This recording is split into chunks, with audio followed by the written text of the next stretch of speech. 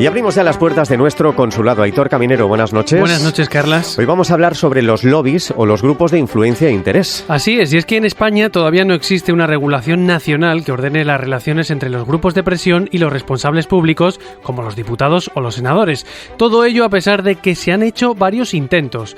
Uno de los más recientes se puso en marcha en noviembre de 2022 con la aprobación en Consejo de Ministros del anteproyecto de ley de transparencia y de integridad en las actividades de los grupos de interés.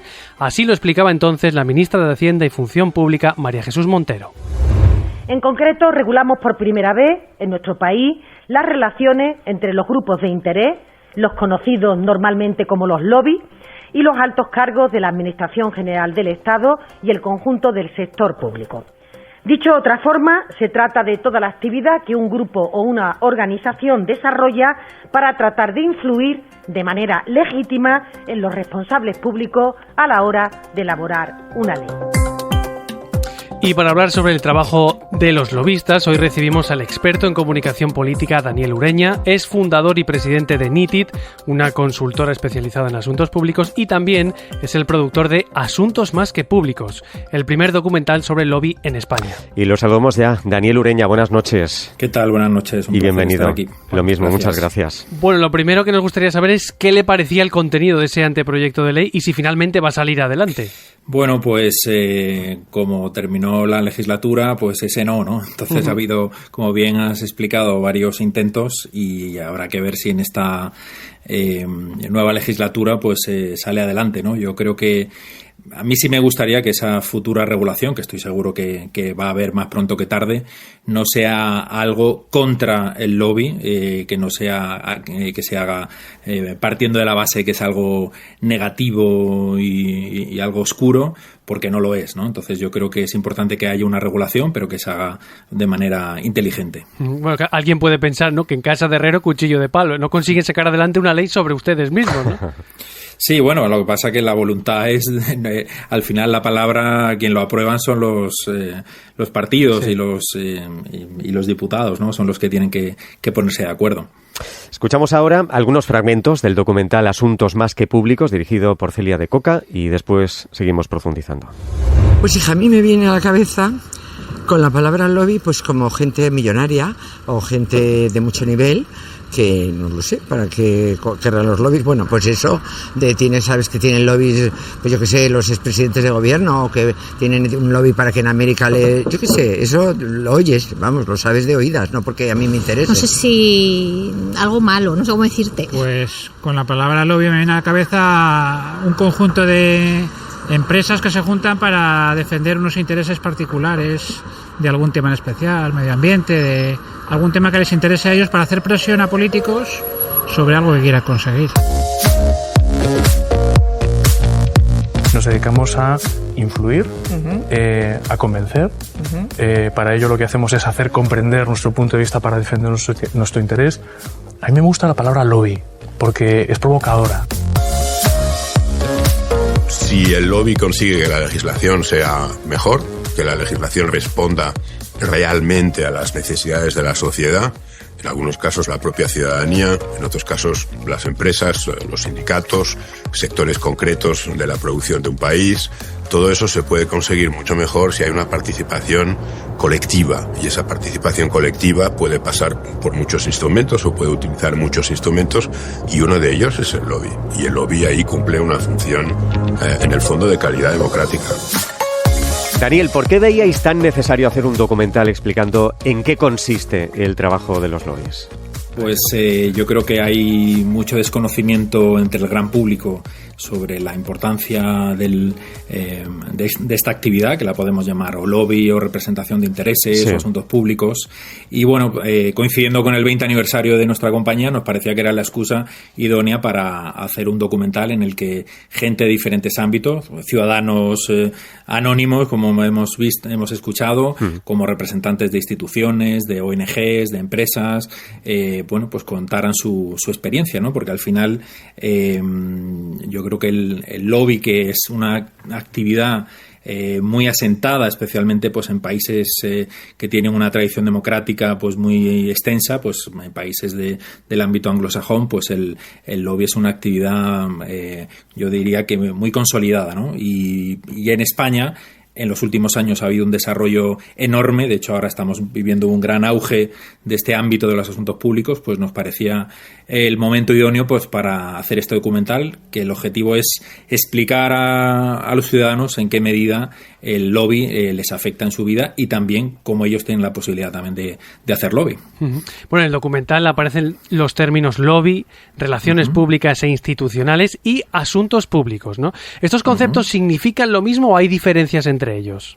Bueno, yo creo que hay matices, ¿no? Pero en general hay diferentes términos que al final del día lo que vienen a explicar es esa actividad de representación de intereses de manera legítima, de manera transparente, de manera profesional, pues ante el ámbito político, ¿no? Y nosotros siempre decimos, ¿no?, que la herramienta fundamental de los profesionales del lobby es la información, ¿no? Es hacer llegar a los decisores políticos, a los responsables de hacer las leyes, información de en qué medida pues las decisiones que tomen van a afectar, ¿no? Y la actividad del lobby es algo que realizan todo tipo de organizaciones, desde ONGs, empresas, sindicatos, patronales, asociaciones, y por tanto, bueno, yo creo que es una tarea necesaria y como se dice, por ejemplo, hay una frase que a mí me gusta mucho de Jaume Duch, que es el portavoz del Parlamento Europeo, que dice: no hay una buena legislación sin un buen lobby, ¿no? Que pues el lobby ayuda también pues a que los diputados, los legisladores conozcan la realidad de los sectores que van a legislar. En una entrevista comentabas que durante demasiados años el trabajo del lobista se identificaba con el del conseguidor, es decir, con el de un personaje con buenas habilidades sociales y una larga agenda de teléfonos. ¿Estas dos virtudes ya no son tan importantes en la profesión? Pues efectivamente, nosotros llamamos, así medio en broma, medio en serio, el lobby de Trabuco, ¿no? Que es aquel lobby que se basa únicamente en el que tengo una agenda de contactos importante y la pongo a disposición. Bueno, yo diría que eso, bueno, es importante, pero me parece que ya ha dejado de ser lo más importante, ¿no? ¿Y por qué? Pues, por ejemplo, si miramos al Congreso de los Diputados en esta reciente legislatura, pues cerca de 200 diputados de los 350 se estrenan, es decir, por primera vez están ocupando ese cargo, ¿no? Entonces yo creo que hoy el lobby va más de estrategia, va de cómo una organización, una ONG, una empresa, un sindicato se puede convertir en aliado del legislador, es decir, cómo puede ayudarle a entender un sector que cambie, cuáles son los desafíos que tiene y cómo se puede convertir en una fuente de consulta, ¿no? Y los contactos son importantes, pero yo creo que han dejado de ser lo más importante. ¿Y cómo es ahora el trabajo del lobista? Vamos a contarlo para que los oyentes lo sepan bien. Bueno, pues al final, como he mencionado antes, tú lo que tienes que hacer es identificar pues cuáles son las personas, pues no sé, si tú estás en un sector muy concreto, en el sector, pues no sé, ahora estamos viendo, hay debates en todos los ámbitos, ¿no? El ámbito de la alimentación, de la energía, etcétera. Sí. Pues si tú estás en el ámbito de la energía, por ejemplo, y tú representas los intereses de una organización que está trabajando en ese ámbito, pues que te conviertas en una fuente de consulta, en un aliado. ¿Y eso cómo se hace? Pues siendo útil para el legislador, siendo útil para el diputado, para el senador o lo que sea. ¿Y eso cómo se hace? Bueno, pues aportando información que le ayude a entender el contexto, que conozca, por supuesto, cuál es la posición de tu organización ante un debate. Y bueno, pues eso, así a grandes rasgos, en eso consiste. Antes decías que el lobby está en auge en España actualmente. ¿Es cierto que las oportunidades de los grupos de interés se multiplican cuando los parlamentos están más fragmentados políticamente? Sí, eso es muy interesante, ¿no? En el registro de transparencia de del Parlamento Europeo hay más de 800 entidades españolas que están registradas, es decir, que dicen que van a Bruselas habitualmente a representar los intereses de entidades de todo tipo, pues ONGs, empresas, patronales, asociaciones, fundaciones, etcétera. Y es verdad que en España, pues en los últimos años lo que ha pasado es que el foco de esa acción de lobby pues ha pasado más del ejecutivo al legislativo, porque ahora para sacar una ley tienes que poner de acuerdo a diferentes formaciones políticas. Por tanto, el diálogo, el consenso, la negociación pues es imprescindible, ¿no? Y el lobby tiene una parte muy importante de eso, de diálogo entre el ámbito privado, entre el tercer sector y el ámbito político o público. En el documental también participan las directoras del área de Relaciones Institucionales de la Asociación Española contra el Cáncer y de la Fundación Pascual Maragall, dedicada, como saben los oyentes, a la investigación contra el Alzheimer.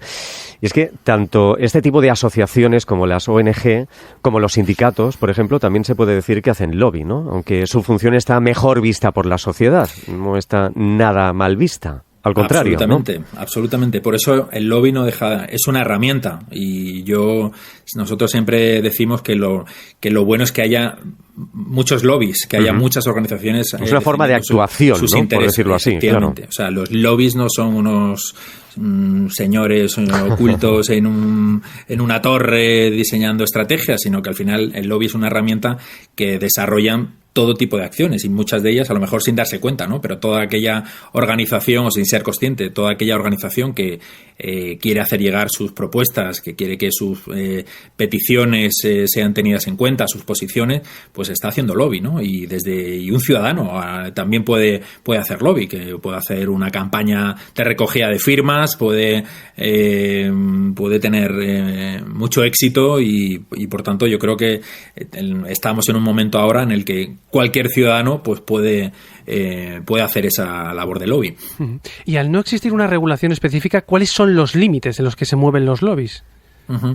Bueno, pues empieza a haber esa legislación, ¿no? Es verdad que todavía no hay una a nivel nacional, hay una a nivel europeo. O sea, todas las organizaciones que estamos dentro del registro de transparencia, pues tú firmas un código ético, y luego pues hay una serie de regulaciones a nivel local, en algunas grandes ciudades, hay a nivel autonómico.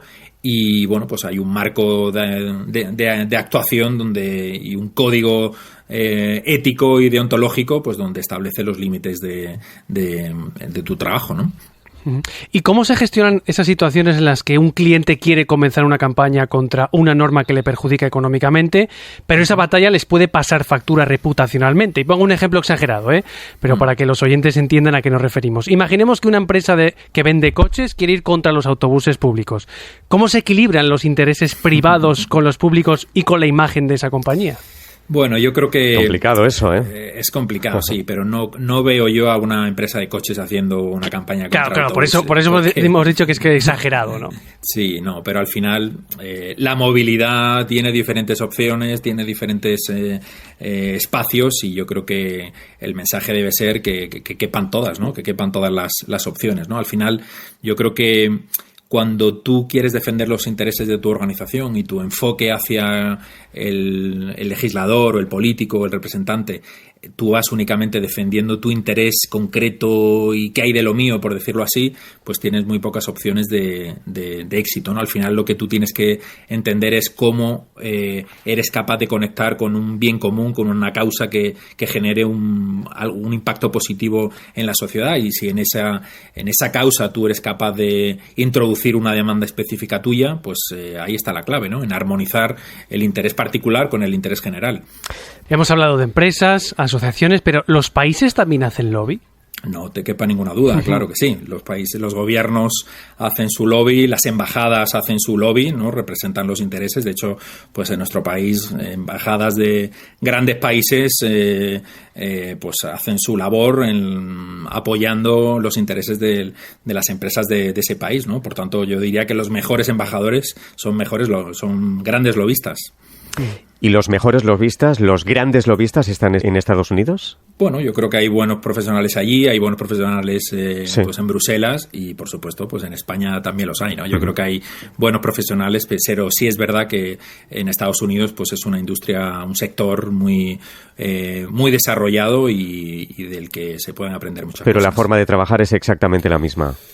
Yo diría que en esencia sí, ahí hay una regulación muy estricta, con muchos niveles de transparencia, pero yo creo que la esencia sí, ¿no? A la hora de representar los intereses, yo diría que sí, y de hecho la comunicación tiene una relevancia muy importante tanto en Estados Unidos como aquí en Europa, ¿no? Pues antes has mencionado a 2 ONGs que aparecen en nuestro documental, sí. Pues muchas veces tu trabajo es cómo consigues que una causa penetre en la agenda y en la opinión pública, ¿no? De cómo conseguimos que se hable de un tema, pues del Alzheimer, del cáncer, de no sé qué energía, ¿no? Entonces muchas veces tu trabajo es conseguir que esos temas se pongan en la agenda. Uh-huh. Bueno, y para ir finalizando, Daniel, ¿cuál es la diferencia entre el lobby y un think tank? ¿No? Porque les contamos a los oyentes que también eres presidente del The Spanish Council, un organismo que se define a sí mismo precisamente como un think tank. Sí, bueno, el Hispanic Council es una iniciativa que nació hace 10 años con el objetivo de promover y divulgar la herencia cultural hispana en Estados Unidos. Y bueno, pues el trabajo de un think tank es contribuir a la investigación, a la divulgación de ideas, y en cierta medida pues también tiene se podría considerar que hace una labor de lobby. En nuestro caso pues estamos promoviendo una causa que es como el de defender o de promover la cultura hispana en Estados Unidos, ¿no? O sea que yo creo que es difícil a veces poner las líneas donde empieza una cosa u otra, ¿no? Al final las organizaciones tienen una misión, tienen un propósito, y muchas veces es el de promover una causa, como puede ser pues la transición energética, el diálogo entre diferentes sectores. O sea que yo creo que vivimos en una sociedad de intereses donde continuamente estamos inmersos en una batalla entre comillas, ¿no? Entre unos intereses y otros, y que forma parte del juego político. Daniel Ureña, experto en comunicación política, fundador y presidente de NITID y también productor de Asuntos Más que Públicos, el primer documental sobre el lobby en España. Muchísimas gracias por estar con nosotros en Gente Despierta esta noche, Daniel. Gracias a vosotros por vuestro interés. Un abrazo fuerte. Y gracias, Aitor. A vosotros. Hasta luego. Adiós. Radio Nacional de España, la que quieres.